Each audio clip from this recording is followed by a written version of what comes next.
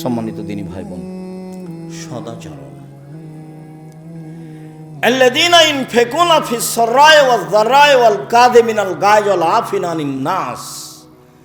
তিনটা গুণ আছে যার, সে জান্নাতে যাবে। এক, ধনী মানুষ হলেও দান করে, 1000 লাখ টাকা করে। গরিব মানুষ হলেও দান করে, 10 টাকা করে। সচ্ছল অসচ্ছল অবস্থায় দান করে যে, সে জান্নাতে যাবে। এক। দুই, অল কাযিমিনাল গায়জ, রাগকে দমন করতে পারে যে, সে জান্নাতে যাবে। আল্লাহ বলছেন এই কথা, আমি বলিনি। রাগ দিয়ে জীবনে কোনো কাজ নিতে হবে না, কোনো কাজ। লবণ বেশি হয়ে গেছে বউকে, তখন গালি দেওয়া হবে না, তখন মারা হবে না। আর আমার দিনী বোনদেরকে বলছে, এই মেয়ে কথা বলছো কেন, চুপ থাকো। আপনাদের আমি বলছি, জীবনে দুইটা কাজ করবেন না। একটা অভিমান, এটা করবেন না। আর একটা প্রতিবাদ, এটা করবেন না। প্রতিবাদ কি? হ্যাঁ, তুমি আমার মাকে এভাবে বললে কেন, তুমি আমার আব্বাকে এভাবে বললে কেন, এ হলো প্রতিবাদ। প্রতিবাদ করিয়েন না, শয়তানের সুযোগ হবে না। অভিমান কি জিনিস? কই ঈদের দিনে তো তুমি একটা নতুন কাপড় কিনলে না, কই তুমি তো আমাকে একদিন নিয়ে যেতে চেয়েছিলে ঢাকা শহর দেখাতে, তো নিয়ে গেলে না। তো এর নাম অভিমান। অভিমান যদি করেন, তখন শয়তান বলবে, না পূরণ হলে শয়তান বলবে, এই দেখলি তোর স্বামী তোর অভিমান পূর্ণ করে না, আর আগেরটাও করেনি, এখনো করেনি, কোনোদিনই করেনি। শয়তান খালি বলবে কোনোদিন করে না। তখন আপনি বলবেন, হ্যাঁ ঠিকই তো, হ্যাঁ ঠিকই তো। সকালবেলাতে তখন আপনি বলবেন, তোর ভাত খাবো না, তুই তালাক দিয়ে দে এক্ষুনি। তখন ওই খেপে গেছে, তালাক দিয়ে দে, তুই এক্ষুনি তালাক দিয়ে, তোর বাড়িতে থাকবো না, এক্ষুনি তালাক দিয়ে দে। ও চাপে পড়েছে, যা 1 তালাক 2 তালাক দে, 1000 তালাক দিলাম, যা। যেমন তালাক দেওয়া শেষ হয়েছে, তেমনি শয়তান চলে গেছে, আর নেই। যেমন শয়তান চলে গেছে, ওরে ইন্না লিল্লাহি ওয়া ইন্না ইলাইহি রাজিউন। এবার ছেলে যে 3টে আছে, 3টে ছেলে মেয়ে আছে। শয়তান কিন্তু এখন আর নেই, ওই পর্যন্ত ছিল। সামান্য ব্যাপারে স্বামী স্ত্রীর মধ্যে শয়তান একবারে হঠাৎ করে এমনিতে লাগিয়ে দিতে পারে। আর শয়তান মানে এত বড় খারাপ শয়তান, ও যে আল্লাহর কাছে এইভাবে অনুমতি চেয়ে নিয়েছে, কোনোদিন শুনেছেন কিনা একটু দেখেন, হয়তো শুনেছেন, হাজারো দিন মনে আছে কিনা। আল্লাহ বলছেন, শয়তান আদমকে সিজদা করলি না কেন? ও তো মাটির তৈরি, আমি তো আগুনের তৈরি। ও তো নিম্নমুখী, আমি তো ঊর্ধ্বমুখী, কেমনি সিজদা করি? তখন আল্লাহ বলছেন, সরে যা, সরে যা, রাজিম, বিতাড়িত, সর এখান থেকে, সর। তখনও বলছে, ঠিক আছে সরে যাব, তবে আমার একটা কথা মানতে হবে। কি? কিয়ামত পর্যন্ত বেঁচে থাকার সুযোগ দিতে হবে। তা আল্লাহ বললেন, ঠিক আছে দিলাম, এলা ওয়াক্তিম মালুম, একটা সময় তোমাকে দিলাম। ওও দাবি জানালো, আল্লাহ মেনে নিলেন। এখন যেমন আল্লাহ মেনে নিয়েছেন, তেমনি ও বলছে, রব্বি, বলার ঢং দেখেন, রব্বি, হে আমার প্রতিপালক, ওয়া ইজ্জাতেকা, তোমার সম্মানের কসম, লাউবিয়ানাল ইনসানা, আমি আদমের ছেলে মেয়েকে ভুল পথে নিয়ে যাব মাদামাত আরওয়াহুম ফি আসাদিহিম, তার দেহে যতদিন পর্যন্ত শ্বাস থাকবে আমি পাপ করাবই, তাকে আমি বিপাকে ফেলবই। কেমনে আদমের ছেলে মেয়ে জান্নাতে যায় তা আমি দেখে ছেড়ে দেবো, আমি একাই জাহান্নামে যাব। পৃথিবীতে শয়তান যত রিক্সের উপরে আছে, এত রিক্সের উপরে পৃথিবীতে কেউ নেই। সে জিম্মেদারি নিয়েছে আমাকে আর আপনাকে কোথায় নিয়ে যাবে? জাহান্নামে, আল্লাহর সামনে। আল্লাহর একবার সামনে এই কথা বলছে, একবার সামনাসামনি। তখন আল্লাহ বললেন না, যা পারবি না, যা, এই কথা বললেন না। বলছেন, শয়তান, ইজ্জতি ও জালালি ও ইরতেফায়ে মাকানি, আমার সম্মানের কসম, আল্লাহ বলছেন, আমার ইজ্জতের কসম, আমার মর্যাদার কসম, আমার উচ্চতার কসম, আদম সন্তান যতবার ক্ষমা চাইবে ততবার আমি ক্ষমা করে দেব। তাহলে ক্ষমা চাওয়া বিষয়টা থেকে গেল। এই কথা বললেন না যে যা পারবি না, এই কথা বলল। যতবার বিপাকে ততবার বলতে হবে আস্তাগফিরুল্লাহ। তার মানে আস্তাগফিরুল্লাহ অতবেলাই এই জিকির একবারে করে নিতে হবে। স্বাভাবিক শ্বাস যেমন আসে যায়, ভাত যেমন সময় হলে খায় 3 বার, বাস এই তাসবিহ এটা জিকির একবারে স্বাভাবিক জীবনে করে নিতে হবে। আল্লাহ আশ্বস্ত আমাদের আরো করেছেন, ইবনা আদম মাদারাউতানি ও রাজাউতানি, আদমের ছেলে মেয়ে শোনো, তুমি আমাকে যেভাবে ডাকো আমি সেভাবে থাকি, তুমি যেভাবে আশা পোষণ করো সেভাবে আমি পূর্ণ করে থাকি।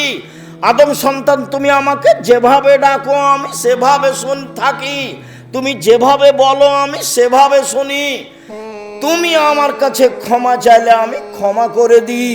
অলাউবালি, আমি পরোয়া করি না তুমি কত বড় পাপী, আমি পরোয়া করি না তুমি কত বড় পাপী, আমি পরোয়া করি না তুমি কত বড় পাপী। আদমের ছেলে মেয়ে শোনো, লাউ বানাকাল জুনুবু কানান সামায়ে, তোমার পাপ বেশি হতে হতে যদি আকাশে লেগে যায়, পাপ আর পাপ, তারপরে যদি তুমি আমার কাছে ক্ষমা চাও আমি ক্ষমা করে দিব, আমি পরোয়া করি না তুমি কত বড় পাপী, তুমি যেভাবে ডাকো আমি সেভাবে থাকি, তুমি যেভাবে আশা পোষণ করো সেভাবে আমি পূর্ণ করে থাকি, তুমি যেভাবে ডাকো আমি সেভাবে থাকি, তুমি যেভাবে আশা পোষণ করো সেভাবে আমি পূর্ণ করে থাকি, আমি পরোয়া করি না তুমি কত বড় পাপী। আবার বিচারের মাঠে আসবেন আল্লাহ তাআলা আমাদের সামনে, বিচারের মাঠে এসে বলবেন, আদমের ছেলে মেয়ে শোনো, যেই পরিমাণ তুমি পাপ নিয়ে এসেছো আমিও সেই পরিমাণ ক্ষমা নিয়ে এসেছি আজকে। তোমার যেই পরিমাণ পাপ আমার সেই পরিমাণ ক্ষমা, তোমার যেই পরিমাণ পাপ আমার সেই পরিমাণ ক্ষমা, তোমার যেই পরিমাণ পাপ আমার সেই পরিমাণ ক্ষমা। যদি শিরক না থাকে, পাপ যতই হোক না কেন, বিচারের মাঠে আমি তোমাকে ক্ষমা করে দেব, আমি সর্বশক্তিমান। তবে শিরক করেছে যে তার আমি পাপ ক্ষমা করব না। আমি বলেছিলাম কালিমায়ের বাপের আকাশ। আমার ছেলে মেয়ে আমার সোনার বাংলা বলে না, বলবে না, আপনার বলে, আপনার চলে। কে আপনাকে মাস্টার ডিগ্রি পাস বলে তা আমি জানি না, আমি বলি না।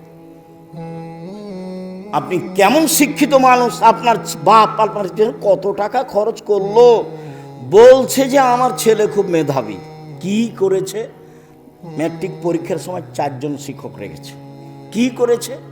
ইন্টার পাসের পরে বিশ্ববিদ্যালয়ে ভর্তি করবে সেই জন্য সাবজেক্ট প্রতি 1টা করে শিক্ষক রেখেছে। তারপরে বিশ্ববিদ্যালয়ে ভর্তি হয়েছে, তারপর পড়ছে। খালি বলে আমার ছেলের মেধা খুব ভালো, বড় ডাক্তার হবে একটা, বড় ডাক্তার একটা হবে, ইঞ্জিনিয়ার একটা হবে।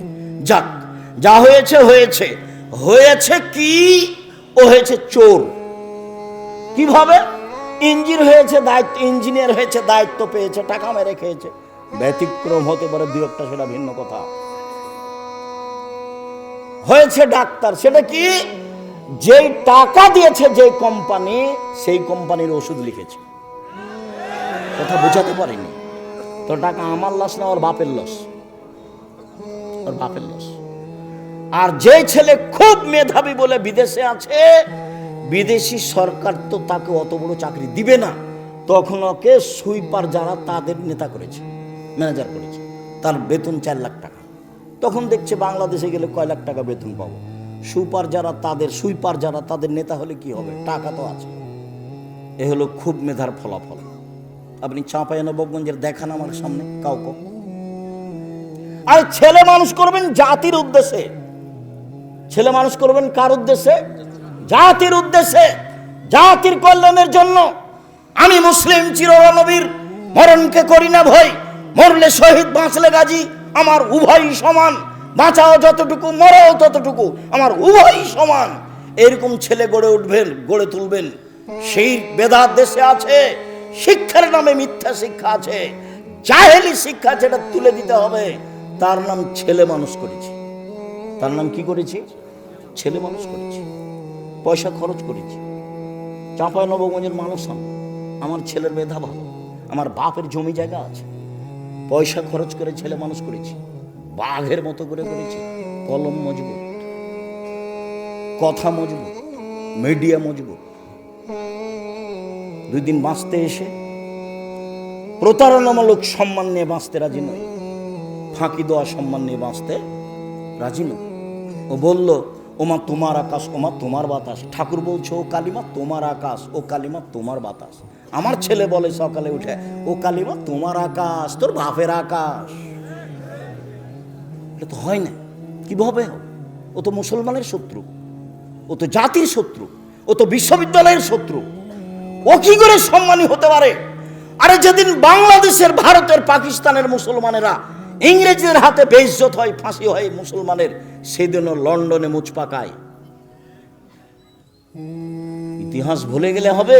ইতিহাস এই 71 সাল থেকে নয়, ইতিহাস 1947 14 আগস্টে অন্তত যেতে হবে, অন্তত। তাহলে বোঝা যাবে কিছু। শেরে বাংলা কিছুই করলো না।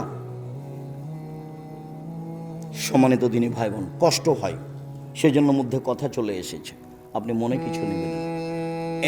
1, দান করেন, জান্নাত আছে। 2, রাগ দিয়ে কাজ নেবেন না, জান্নাত আছে। 3, মাফ করতে হবে, মাফ। মামলা নেই, বিচার নেই, বিচার করব না। আমার ছেলেকে মেরেছে, মামলা করব না, যা হয়েছে হয়েছে। প্রতিশোধ নেই। 1, সচ্ছল অচ্ছল দান, জান্নাত হবে ইনশাআল্লাহ। 2, রাগ দিয়ে কোনো কাজ নেই। 3, মাপ। ঠিক আছে, মাফ করলাম, ঠিক আছে, মাফ করলাম। আমার ছেলেকে মেরেছে, ঠিক আছে, মাফ করলাম। আমার দলের লোককে হত্যা করেছে, ঠিক আছে, মাফ করলাম। আমার বউকে গালি দিয়েছে, কে আমার বউকে গালি দিল রে? এগুলো না। সম্মানিত দিনী ভাই বোন, চলেন এবার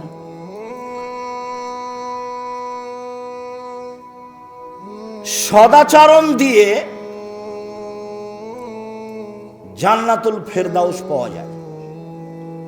এমন কোন ইবাদত নাই পৃথিবীতে যার বিনিময় সরাসরি জান্নাত, সদাচরণ ছাড়া।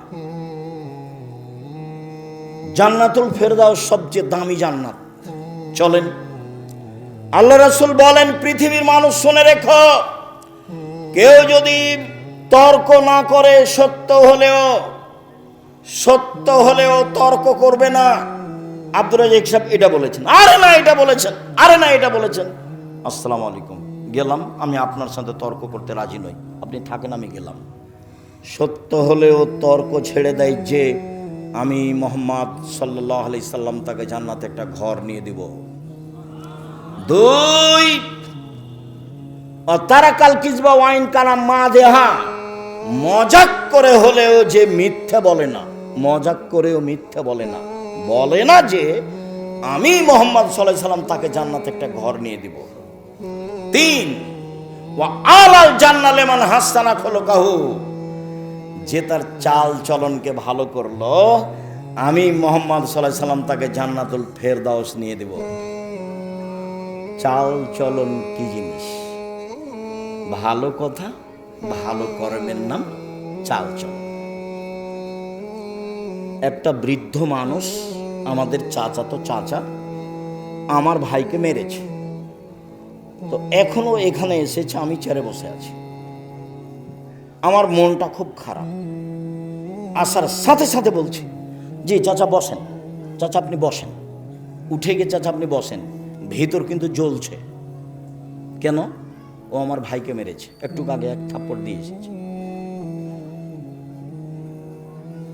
আপনি ওটা প্রকাশ করতে পাবেন না, আপনি বলেন চাচা আপনি বসেন। এর নাম সদাচরণ। ভাই ভাই গন্ডগোল হয়েছে, বড় ভাইয়ের কারণে গন্ডগোল হয়েছে। ছোট ভাই বড় ভাইয়ের হাত ধরে বলবে, ভাই যা হয়েছে মাফ করে দিন। কে হাত ধরবে? ছোট ভাই। গন্ডগোল হয়েছে, যায়, আরে মাস কথা হয় না, যায় কথা হয় না। আর এমনও আছে যে ওই বড় ভাইয়ের রাস্তাটা ও একটু ওইদিকে বাড়ি, এরই গলির ওপর দিয়ে যায়, তো বলছে তোকে কাঁটা দিয়ে ঘেরে দেবো, দিয়ে যেতে দেবো না, কাঁটা দিয়ে ঘেরে দিয়েছে। তোবা করেন, এই নোংরা চরিত্র ভুলে যেতে হবে। প্রতিশোধ নিয়ে একদিন বাঁচতে রাজি নয়, একদিন বাঁচতে রাজি নয়। আমাকে বলছে দেবীনগরের চেয়ারম্যান, ও বেঞ্চের শেষে বসতো ছাত্র জীবনে, ওকে আমি দেখতে পাচ্ছি। তো বলছে আব্দুর রাজ্জাক, তোমাদের গ্রামে যে রাস্তা হবে, তো তোমাদের ব্যাপারে একটু কথা ছিল রাস্তাটা। তো আমি বলছি যে এক কাজ করবেন, আমাদের জমির সামনে যখন আসবে তখন রাস্তাটা জমির ভিতরে নিয়ে চলে যাবে, আবার এইভাবে নিয়ে আসবে, কোনো সমস্যা নেই। কেউ কিছু যদি বলে তাহলে ভুল হবে, আমরা বলবো না। আর যদি মনে করেন যে কারো কথাই করব, তো এন্তাজ মেম্বার যেটা বলবে সেটা করিয়ে নেন। নইলে আমাদের জমির সামনে যখন রাস্তা আসবে তখন আমাদের জমির ভিতরে চলে যাবে, এইভাবে আবার ঘুরে আসবে। আমার কথা বুঝতে পারছেন না? কেউ কিছু বলবে না, তাহলে আপনারা আসবেন না? না, ওইরকম বৈঠকে আমরা যাই না। প্রতিশোধ নিয়ে হিংসা করে দলাদলি করে লাভ হবে না। আপনাকে দল মুক্ত হতেই হবে, সংগঠন মুক্ত হতেই হবে, একবারে জেহেন খালি রাখতে হবে, ফ্রি। তাছাড়া আপনি একজনকে ভালোবাসবেন, একজনকে খারাপ বাসবেন, টিকতে পারবেন না। এখানে যারা বসবাস করছি, দলীয়ভাবে একজন আর একজনকে কত খারাপ বাসি। এদিকে দেখেন, 1 মিনিট, 2টা মেয়ে একসাথে জন্ম নিয়েছে, দেখতে সুন্দরী, তারা মেধাও ভালো, তাদের চাল চলনও ভালো। তো কিছুদিন পরে বড় হয়েছে, তো একজনের বিবাহ হয়েছে এই দলের সাথে, এই দলের সাথে। তারা এখন আর কথা বলে না, তারা এখন আর কথা বলে না।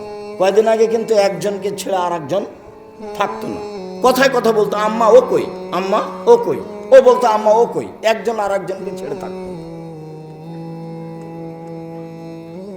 এটা রোগ, এটা ব্যাধি, এখান থেকে আপনাকে মুক্ত হতে হবে। মানুষকে ভালো ভাসতে হবে, প্রতিবেশীর সাথে ভালো আচরণ করতে হবে, টিকা যাবে না। সম্মানিত দিনী ভাই বোন, সদাচরণ দিয়ে সবচেয়ে দামি জান্নাত পাওয়া যায়।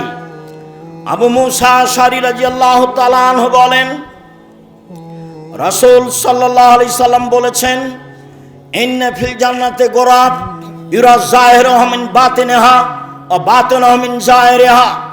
জান্নাতে কতগুলি দামি দামি ঘর আছে, উন্নত মানের পদার্থ দিয়ে তৈরি, যার ভিতর থেকে বাহির দেখা যায়, বাহির থেকে ভিতর দেখা যায়। সাহাবীগণ বললেন, আল্লাহর নবী, এত দামি ঘর কে পাবে? তখন আল্লাহ রাসূল বললেন, লেমান আলানাল কালামা, যার স্বভাব ভালো, আচরণ ভালো, সে পাবে।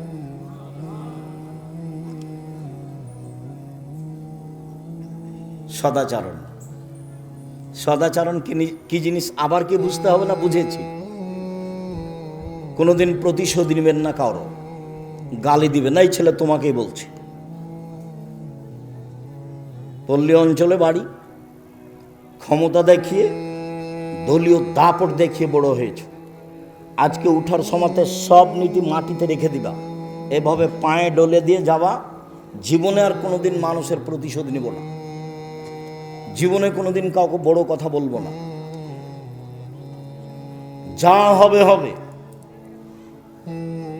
কারো বিরুদ্ধে মামলা করতে যাব না। সবচেয়ে বড় কথা হলো এই যে শিষ্টাচার আচরণ তো বোঝাতে আমরাই ব্যর্থ হয়েছি, যার কারণে এটা মানুষ একটা স্বাভাবিকভাবে ভাবছে। আল্লাহ রাসূল মানুষের দাঁড়ানো অবস্থায় কথা বলতেন না। রাসূল সাল্লাল্লাহু আলাইহি সাল্লাম কথা বলার পূর্বে মানুষকে বসতে বলতেন। ওই যে তোমরা দাঁড়িয়ে আছো কেন, এখানে দেখছে যে বসছে, তোমরা বুঝতে পারছো না? এই ছেলে, যাও ওদিকে, যাও ওদিকে। আমরা অনুরোধ জানাচ্ছিলাম, যদি বসা সম্ভব হয় তাহলে বসেন। আর যদি সম্ভব না হয়, যেহেতু দাঁড়িয়ে থাকা আমরা পছন্দ করি না, বরং ঘৃণা করি, কাজেই আপনাকে অনুরোধ জানাচ্ছি বসেন। আপনাদের সাথে আমার অনেক গুরুত্বপূর্ণ কথা আছে। আমি আপনাদের কিছু না কিছু উপকার করব ইনশাআল্লাহ। তা আপনাদের থাকবে ধৈর্যের পরিচয়, একটু কষ্ট হলেও ভদ্রতা বজায় রেখে বসে থাকবেন। আর আমার কথার সাথে মুখে উচ্চারণ করে কোনো সাড়া দিতে হবে না, ওই সাড়া আমি পছন্দ করি না। আপনি আপনার মতো কথা শুনবেন, এটা আমি আন্তরিকভাবে অনুরোধ জানাই। সম্মানিত দিনী ভাই বোন, সদাচরণ একটা ইবাদত। ইবাদতের জগতে সবচেয়ে ভারী নেকির ইবাদত। হজ একটা বড় ইবাদত, কিন্তু হজের নেকি যত ভারী, সদাচরণের নেকি তার চেয়ে হাজারো গুণ বেশি ভারী। সদাচরণ, ভালো চাল চলন একটা ইবাদত। ইবাদতের জগতে সবচেয়ে ভারী নেকির ইবাদত।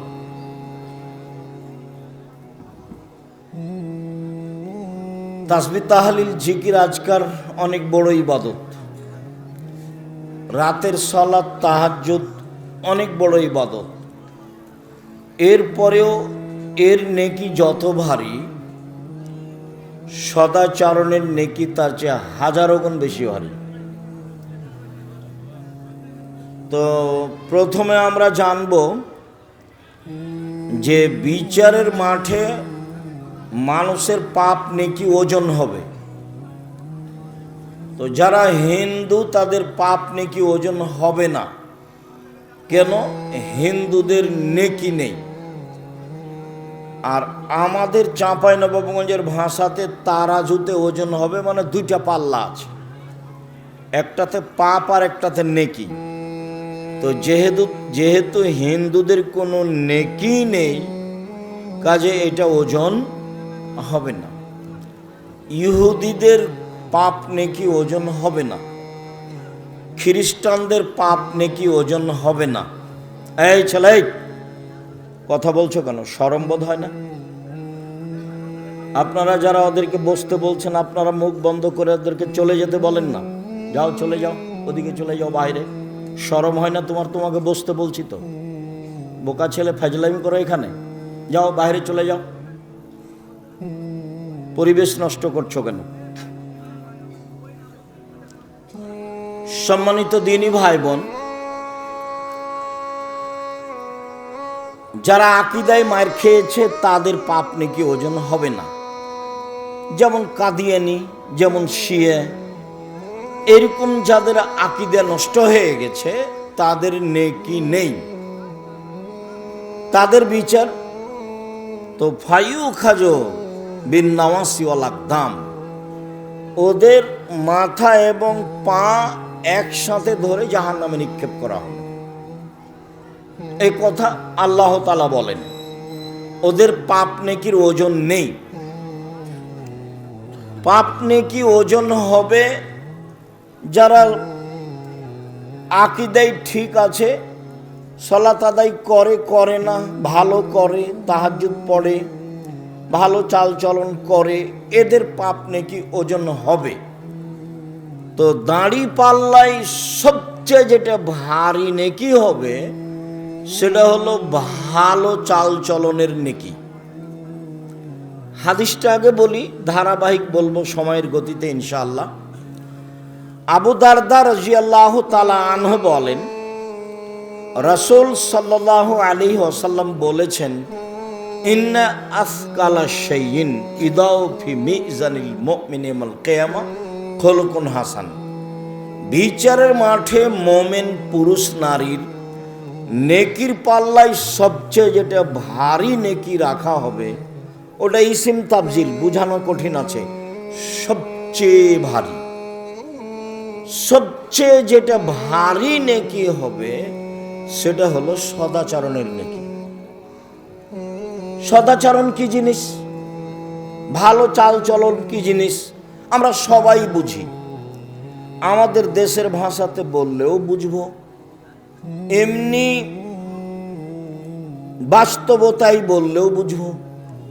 দেশে আমরা বুঝি কি বুঝি, কার কথা বললে অমুকের কথা, ছাড়ো তো, খুব স্বভাব খারাপ, ও মিথ্যা কথা বলে, দোমুখার কথা ছাড়ো, দুনিয়ার বদের গোড়া।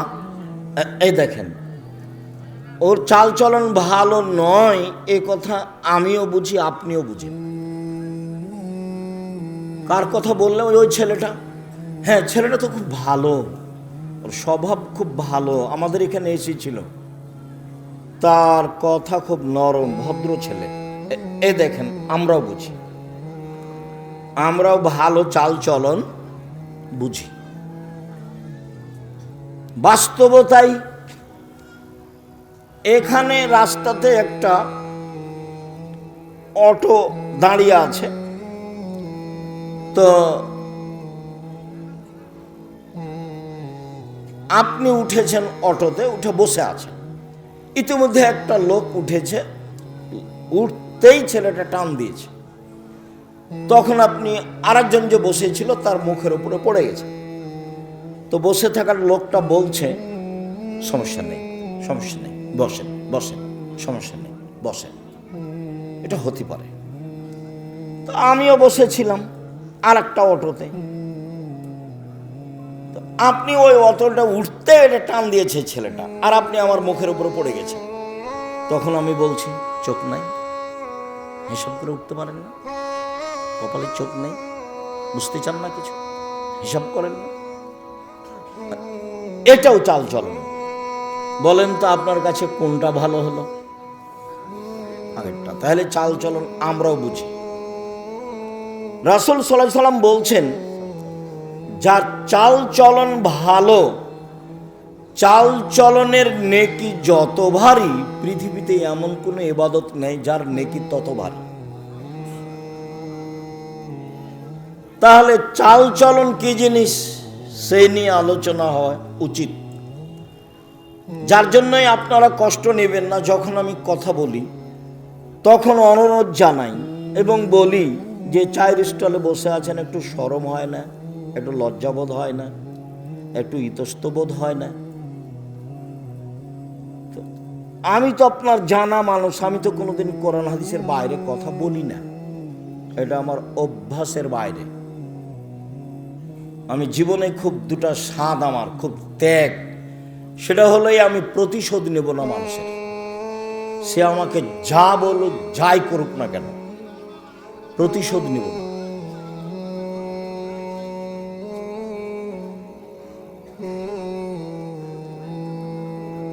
আরেকটা হলো এই, মানুষের পিছনে পড়বো না, বদনাম করব না। যদি আমাকে ও ধুয়ে ছেড়ে দেয় তবু আমি বলবো না যে আপনি আমার এভাবে বদনাম করলেন কেন, আপনি এই, আপনি সে, আপনি অমুক, এ কথা বলবো না। এটা খুব ত্যাগ। মানুষের বদনাম করব না জীবনে, আর প্রতিশোধ নিব না। যা পারবে করবে, হাইকোর্ট, জজ কোর্ট, সুপ্রিম কোর্ট, গালি মন্দ মায়ের যা পারবে করবে, প্রতিশোধ নেই। প্রতিশোধ নিয়ে আমি বাঁচতে রাজি নই। সম্মানিত দিনী ভাই বোন, বলছিলাম সদাচরণ। দেখি সদাচরণ, আল্লাহ তাআলা আমাদের নবীকে বলেন, ইদফা বিল্লাতি হে আহসান ফাইদাল্লাযী বাইনাকা ওয়া বাইনা আদাওয়া কান্নাহু ওয়ালিউন হামিম। মুহাম্মদ সাল্লাল্লাহু আলাইহি সাল্লাম, আপনি মানুষের সাথে যখন কথা বলবেন তখন মানুষ যা বলে আপনি তার চেয়ে সুন্দরটা বলবেন। যাই বলুক, গালি দিলে আপনার পাল্টা গালি হবে না, যদি পাল্টা গালি হয় তাহলে তো সুন্দর হলো না। আপনার জীবনে আপনি একটা কাজ করুন, জীবনে কোনোদিন মানুষের প্রতি উত্তরে ওর মতো বলবেন না, তার চেয়ে ভালো ছাড়া, তার চেয়ে বেশি তো বহুদূরের কথা। ও তো আমাদের দেশের স্বভাব। আমাদের দেশের মহিলারা তো অনেক কাজ করে, গরুর নেন্দে পানি দেয়, পোয়াল শুকায়, ঢেঁকিতে ধান বাহানে, জাঁতাতে আটা পিষে, হাতে রুটি বানায়, গহিল ঝাড়ু দেয়, গোবর বাহিরে নিয়ে যায়, নোন্দা বানায়।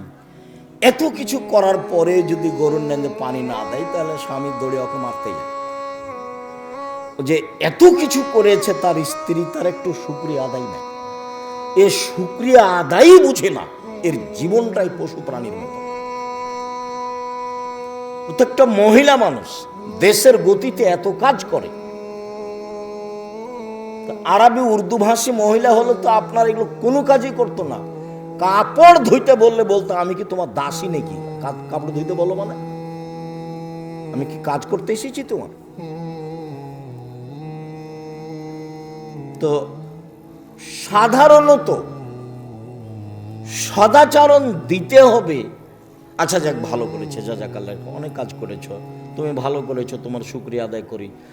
তারপরে আবার রুটি বানালছ, আবার দিয়ে পাঠিয়েছ, অনেক কিছু, এগুলো সে বুঝে না। মানে জীবনটা সদাচরণের সাথে জড়িত নয়। ইদফা বিল্লাতি হে আহসান, আপনি উত্তর দিবেন প্রতিপক্ষ যা দিয়েছে তার চেয়ে ভালো। সারা পৃথিবীর মানুষকে এই আদেশ জরুরিভাবে মেনে নিতে হবে যে আমার প্রতিপক্ষ যা বলেছে আমারটা তার চেয়ে কি হতে হবে? ভালো হতে হবে, হতেই হবে। তাহলে কি হবে?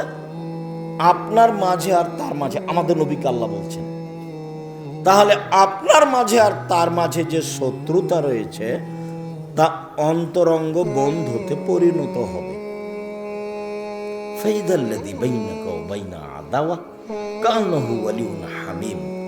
তাহলে আপনার মাঝে আর তার মাঝে যে শত্রুতা রয়েছে এইটা অন্তরঙ্গ বন্ধুতে পরিণত হবে। এ কথা আল্লাহ তাআলা বলেন। আল্লাহ তাআলা বলেন, ওয়াজাদিলহুম বিল্লাতি হিয়া আহসান। মুহাম্মদ সাল্লাল্লাহু আলাইহি সাল্লাম তর্ক বিতর্কে, বাক বিতণ্ডে, মুখামুখি যখন পরিস্থিতি, তখন প্রতিপক্ষ যা বলেছে আপনি তার চেয়ে সুন্দর বলবেন, তার চেয়ে উত্তম বলবেন। যখন মুখামুখি কথা, ওয়াজাদিলহুম বিল্লাতি হিয়া আহসান, মুখামুখি কথা, ও যা বলেছে তার চেয়ে উত্তম বলবেন। এটা আদেশ, মানে এ আদেশ আমার উপরে, এ আদেশ আপনার উপরে। সদাচরণ, যে যেখানে আছেন আমার দিনী বোনেরা, ভাইরা, কাউকে কষ্ট না দিয়ে, দাঁড়িয়ে হোক বসে হোক, কষ্ট হলেও ভদ্রতা বজায় রেখে স্থির চুপচাপ থাকার চেষ্টা করুন। আমি আপনার জন্য এসেছি, আপনার কিছু না কিছু উপকার করবই করবো ইনশাআল্লাহ। আর আমি কোনো স্বার্থ নিয়ে আসিনি, আমার কোনো নির্বাচন নেই, আমি শুধু আপনার জন্য এসেছি। আপনি আমার দিনী বোন, আপনি আল্লাহ রাসূলের পদ্ধতিতে থাকবেন, এটা আমার ঐকান্তিক কামনা। মরা পর্যন্ত পৃথিবী, মরলেই শেষ। তো অল্প দিন বাঁচতে এসে জায়ের সাথে ঝগড়া করে, ননদের সাথে ঝগড়া করে, শাশুড়ির সাথে তর্ক বিতর্ক করে, প্রতিবেশীর সাথে 5টা কথা বলে বাঁচতে রাজি নয়। মুখ বন্ধ করে বাঁচতে চাই। একদা আল্লাহ রাসূল বলছেন, সঙ্গী সাথী বলতে পারো মাইকুবুল নাসান নারা, মানুষকে পিছন দিক থেকে ধাক্কা মেরে জাহান্নামে নিক্ষেপ করে কি, তা কি বলতে পারো?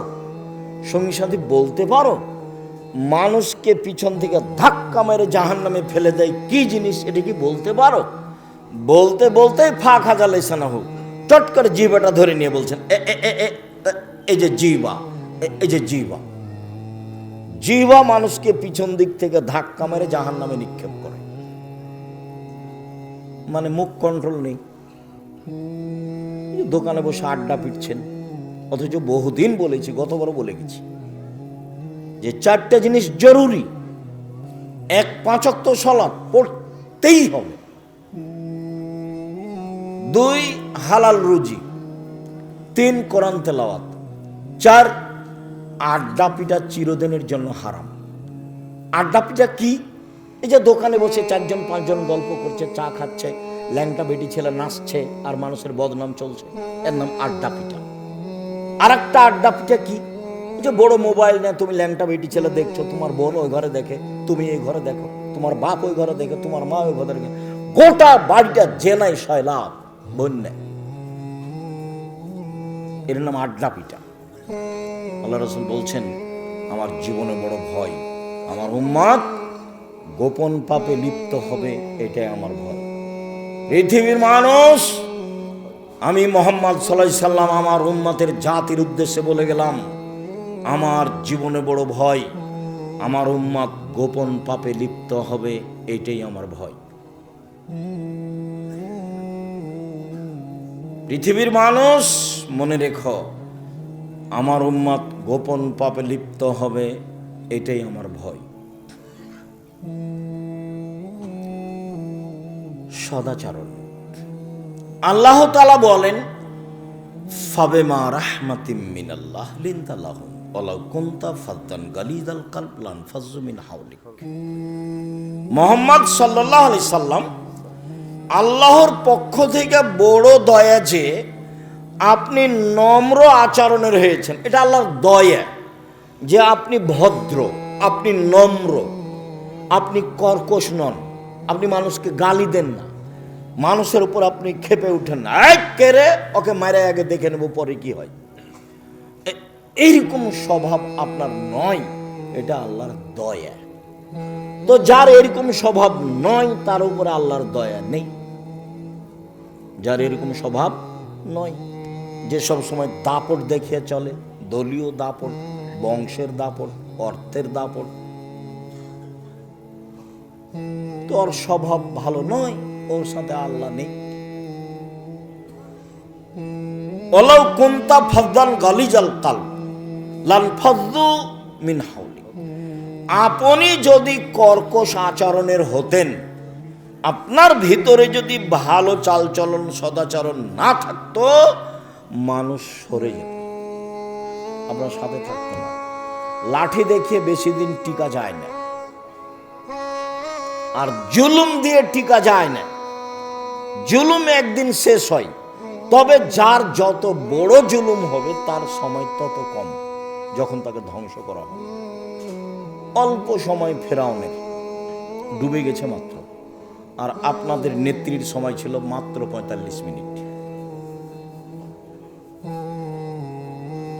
জুলুম করে বাঁচতে চাইবেন না কোনোদিন। জোর করে জমি দখল করে, জোর করে মানুষের সাথে কথা বলে, ক্ষমতা দেখিয়ে, দাপট দেখিয়ে, মামলাবাজি করে জীবিকা নির্বাহ করে কোনো লাভ নেই। শ্বাস বন্ধ হলি শেষ। সম্মানিত দিনী ভাই, এইবার আল্লাহ তাআলা আমাদের নবীকে বলছেন, শোনেন, যা হলো হলো, 1, ফাফু আনহুম, মানুষকে মাফ করেন। গালি দিয়েছে, নিন্দা করেছে, মাফ করেন। 2, আস্তাগফির লাহুম, ওরা যে আপনাকে গালি দিয়ে পাপ করেছে, এখন আপনি আল্লাহকে বলেন, আল্লাহ ওকে ক্ষমা করো, আল্লাহ ওদের ক্ষমা করো। বলতে পারবেন? প্রতিবেশী গালি দিয়েছে যে, এখন বলতে হবে আপনাকে যে ভাইজান আপনি তো গালি দিয়েছেন আমাকে কাল খুব, এতে আপনার পাপ হয়েছে, আমি আল্লাহর কাছে ক্ষমা চাচ্ছি। রক্ত না বাণী, রক্ত না পুজ, চাঁপাইনবাবগঞ্জ বাড়ি। আব্দুল রাজ্জাক সাহেব এই কথা বলে কি আমাদের নিন্দা করতে চাইলেন? না, আমি নিন্দা করিনি, তবে আমি স্বভাব জানি। কেন জানি? আমাদের এলাকা আবার ওই জমি চাষ করে, তো আইল ছিল না, এখন মনে হয় একটু আছে। তো আমি ধান বোনার সময় তো মারামারি ঝগড়া দেখেছি, ধান কাটার সময় তো ঝগড়া দেখেছি। আর গ্রামতে দেখেছি আল্লাহর হস্তে 2 ভাই যে ঝগড়া করছে, এক পর্যায়ে জিনিস ভাগ করতে লাগলো, তো ঢেঁকিটা কেটে ভাগ করে নিল। এটা আমার চোখের সামনের ঘটনা। তারপর বলছে যে আমি তো এখানে থাকবো না, বরিন্দে চলে যাব, তো এমন লোককে দিয়ে যাব জমি যে তোকে গুতাইতে পারে। এটা ভাই একজন ভাইকে বলছে। এই ছেলে, ওই যে পিছনে কে হাঁটছে কথা বলছে, দেখো তোমরা যারা দায়িত্ব পালন করছো, কি দায়িত্ব পালন করছো? পাহারা দাও। আজকে বক্তব্য শুনিও না, চতুর্দিকে পাহারা দাও। বোকামির পরিচয় দিচ্ছে যারা, তাদেরকে বসতে অনুরোধ করো, অন্যথায় চলে যেতে বলো। বিশ্বাস করো, আমি তাফসির মাহফিল করতে আসিনি। বিশ্বাস করো, আমি তোমাকে কিছু চাইবো তোমার কাছে, এই জন্য আমি আসি, আর আমি এটা করি না। আমি আপনার বাড়ির মানুষ, আমি দূরের মানুষ নই। আমি দিন রাত আপনাকে বলেছি যে আপনি আমার খুব কাছের মানুষ। ধর্মের ব্যাপারে আপনার আমি সহযোগিতা করতে পারবো, সঠিক ইনশাআল্লাহ। জাতির যদি রাস্তাঘাট করে দিতে না পারি, জাতির যদি স্কুল কলেজ করে দিতে না পারি, জাতিকে চূড়ান্ত সঠিক ধর্ম দিতে পারবো ইনশাআল্লাহ। ধর্মের ব্যাপারে ফাঁকি দিয়ে আমি পরকাল হারাতে রাজি না। ধর্মের ব্যাপারে 100 সঠিক নিয়ে আপনার পাশে আমি দাঁড়াতে চাই, তবে আমি মানুষ, কোনো জায়গাতে ত্রুটি ধরা পড়তেও পারে। আমি মানুষের বাইরে নই, তবে আমি তদন্ত করি খুব বেশি। আমার জীবনটাই হচ্ছে ফতোয়া লেখা এবং ফতোয়া দেখা। আমার সামনে বড় বড় বিদ্বান বসে থাকেন, যারা ইন্ডিয়া থেকে এসেছেন, যারা বহির্বিশ্ব থেকে এসেছেন ফতোয়া বিভাগে। আপনাকে তো আমি জামিয়া সালাফে বুঝাতে পারি না। শুধু আমি বললাম আর চলে গেলাম, আপনি তো কোনোদিন দেখতে গেলেন না, কি দিয়ে আপনাকে বুঝাবো? অথচ আমি আপনার বাড়িরই মানুষ। আমার মনে বড় সাধ, আমি এ দেশের মাটিতে উন্নত মানের প্রতিষ্ঠান গড়বই ইনশাআল্লাহ, যেখানে ছেলে মেয়ে বাংলা, ইংরেজি, আরবি উন্নত মানের শিক্ষা অর্জন করে জাতির অন্যায়ের বিরুদ্ধে লড়বে ইনশাআল্লাহ। এবং আমি সফল হবই ইনশাআল্লাহ। মুখে আছি, এখন মিডিয়াতে আছি, কলমে আছি, থাকবো ইনশাআল্লাহ। জামিয়া সালাফে বেতন লাগে মাসে 40 লক্ষ। জমি কিনা তো আছে, প্রত্যেক দিন লেবার মিস্ত্রি বিল তো আছে। 80 জন লেবার মিস্ত্রি হতে পারে, 3-4টা মিলে, তো তারও বেশি হতে পারে। 5000-এর বেশি ছেলে মেয়ে পড়াশোনা করে, 300-র অধিক শিক্ষক শিক্ষিকা আছে, 519 জন ইয়াতিম অসহায় ছেলে মেয়ে আছে। আপনার বাড়ির পাশে রাজশাহী যেটা, সেটা প্রায় 50 বিঘা জমির উপরে। যেটা মেয়েদের শাখা ঘটছে তানোরে, সেটা প্রায় 70 বিঘা জমির উপরে। যেটা ঢাকায়, সেটা প্রায় 100 বিঘা জমির উপরে। যেটা দিনাজপুরে, সেটা প্রায় 20 বিঘা জমির উপরে।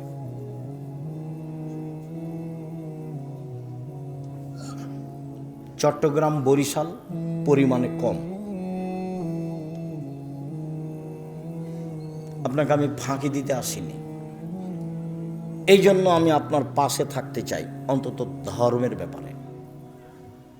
আমার দিনী বোনদেরকে বলি, যারা বিদ্বেষী ভাব হয়ে আসেনি তারা ভুল করেছে, যারা পিছনে কিছু বলে তারা ভুল করছে। আপনাকে বলছি, আপনি মহিলা মানুষ, আমি আব্দুর রাজ্জাক বিন ইউসুফ আপনার খুব কাছের মানুষ হয়ে আপনাকে আমি সঠিক ধর্ম দিতে চাই। আপনি ধর্মের নামে মিথ্যা কথা বলেন, এটা আমি চাইনি। আপনি নামাজ শিখাবেন মিথ্যা কথা দিয়ে, এটা আমি চাইনি। একটা মহিলা পুরুষ মারা গেছে, তার অজু গোসল দিবেন রাসূলের নীতি ছাড়াই, এটা আমি চাইনি। আমি যেটুকু জানি তাতে আপনি একটা মরা মানুষকে নিয়ে যা করেন, তার শতকরা 60% কথা রাসূলের সাথে মিল নেই। সেটা লাভ কি হলো? তা আমাদের দেশের লোক তো লাশকে চিৎ করে রাখে, তা আমি বলেছি জায়েজ নয়, প্রমাণ করেন দেখি। আমি তো বলেছি ডান কাতে রাখতে হবে গোটাটাই, হাত পাশে রাখতে হবে, বুকের উপরে নয়।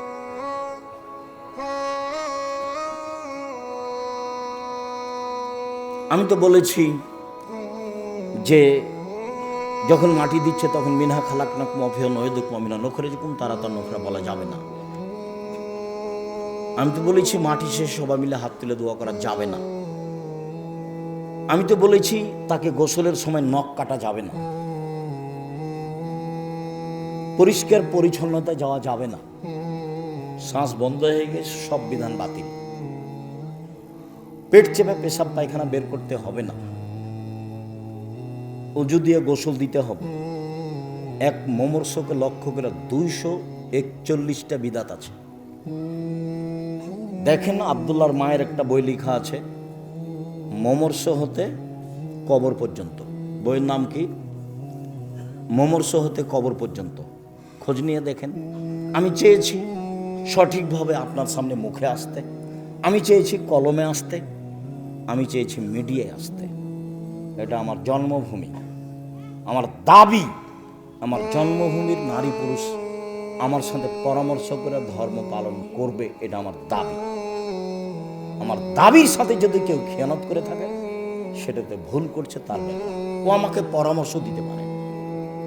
তার যদি পরামর্শে দেখা যায় যে আমারটা ভুল আছে, আমি ছেড়ে দিতে বাধ্য থাকবো। ধর্ম আমার পৈতৃক সম্পত্তি নয়। প্রথমে যখন দিন প্রচার করি তখন ইল্লাল্লাহ আত্মাহিত বলার সময় বলতাম ইল্লাল্লাহ, একবার উঠাতাম।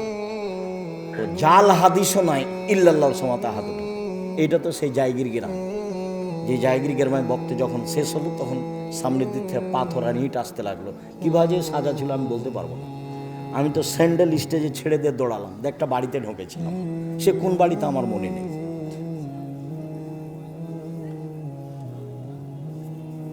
আমি অপরাধ করিনি,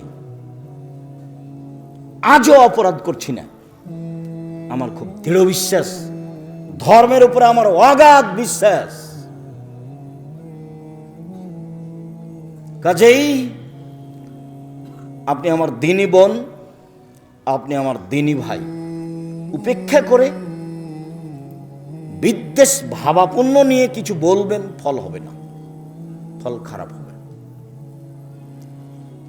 কিছু পরামর্শ দিবেন, কিছু বলবেন, সফল হব ইনশাআল্লাহ। আপনাকে নিয়েই হব।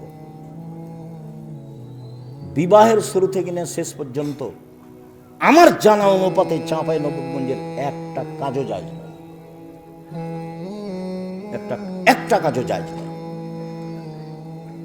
আমার খুব দিনের মতো মনে আছে, রমজান মৌলবি বিবাহ পড়ানোর পরে দেবীনগরের বলছে উঠো 2 রাকাত সালাত আদায় করো, উঠো সালাম দিয়ে 2 রাকাত সালাত আদায় করো। আমার চোখের সামনে এটা ঘটনা।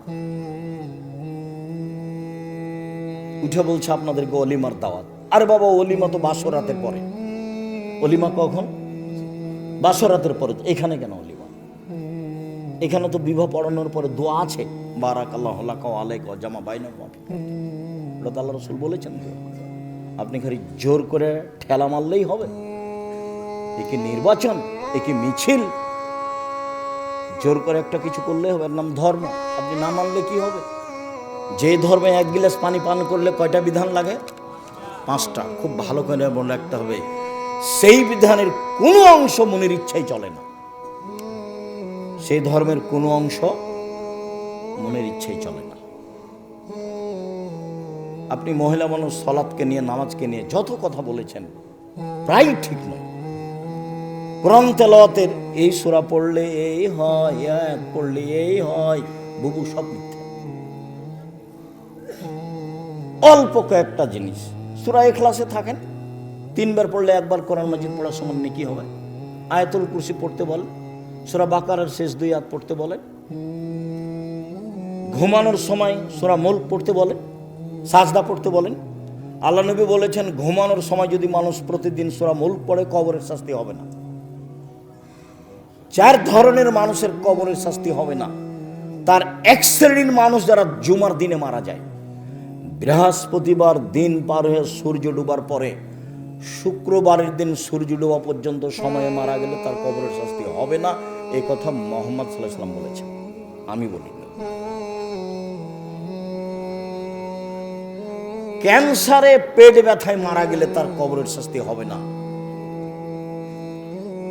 সূরা মুলক রাতে পড়লে তার কবরের শাস্তি হবে না, এই কথা মুহাম্মদ সাল্লাল্লাহু আলাইহি ওয়াসাল্লাম বলেছেন।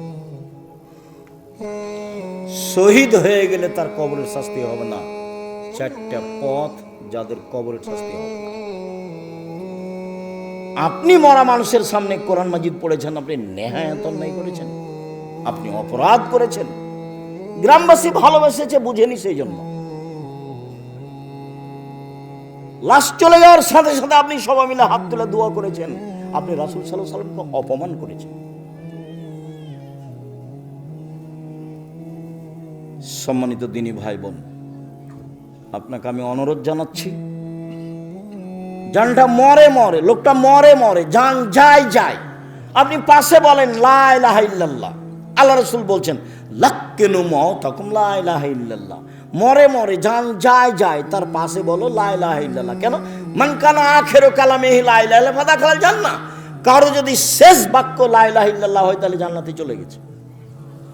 কই আপনার সূরা ইয়াসিনের কথা তো আল্লাহ নবী বলেননি, সূরা হাসরের 3 আয়াতের কথা আল্লাহ রাসূল বলেননি, কোরআন তেলাওয়াতের কথা আল্লাহ রাসূল বলেননি, আপনি প্রমাণ পেশ করতে পারবেন না।